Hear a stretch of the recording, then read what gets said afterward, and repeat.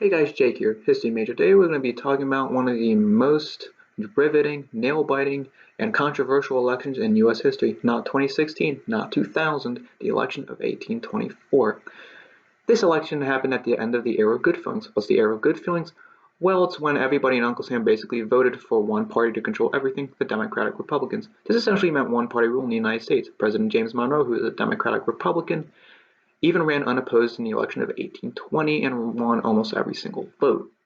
So why did the era of good feelings end? This election. Who were the big players? Andrew Jackson, politician turned war hero who famously defeated the British while outnumbered in the Battle of New Orleans in the War of 1812.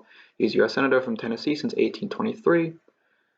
John Quincy Adams, son of second President John Adams. He was a seasoned politician from Massachusetts who was Secretary of State since 1817. Henry Clay was another seasoned politician, that's a trend, from the state of Kentucky. He was pretty much the career Speaker of the House, serving 3 non-consecutive terms, and at this time he was Speaker of the House since 1823. William Crawford is a seasoned cabinet member from Georgia, though he was born in Virginia, Secretary of War from 1815 to 1816 when he became the Secretary of the Treasury. So who won the election? Well, from this map, no one. You need 131 electoral votes to win the presidency outright, and Jackson, who got the most votes, only got 99. John Quincy Adams got 84, Crawford 41, and Henry Clay 37. So what happens? Well, it goes to the House of Representatives, but they don't vote like you expect the House to. No, they state representatives gather and vote by state, and each state gets 1 vote. So 24 states, 13 needed for a majority, which means it could still tie, but 13 needed for a majority.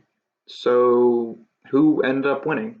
John Quincy Adams got a slim majority of 13 states. But what happened? Jackson has 12. He has 12 in this election, so why didn't they vote for him?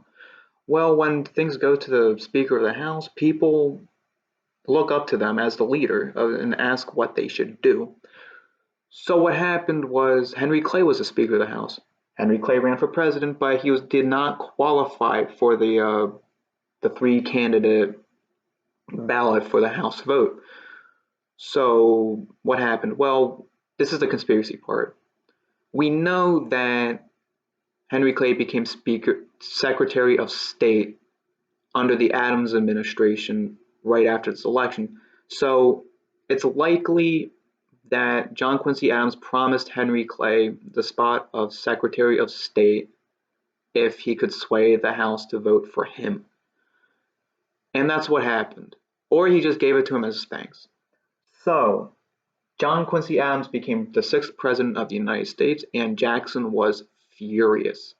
This caused a mass exodus from the Democratic Republican Party of Jackson supporting people.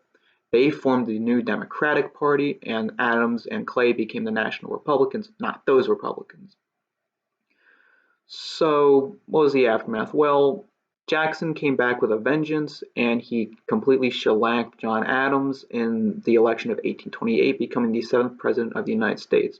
The National Republicans failed to amass any sort of political power in the years to come, and the Whig Party sprouted out as the anti-Jackson party. They were a big tent party, inspired by the English party to fight against the king's tyrannical tendencies, because they feared that Jackson would be the same. So that's the election of 1824. It ended one-party rule in the United States, and it gave rise to one of the biggest political powers, not just in American history, but world history, the Democratic Party.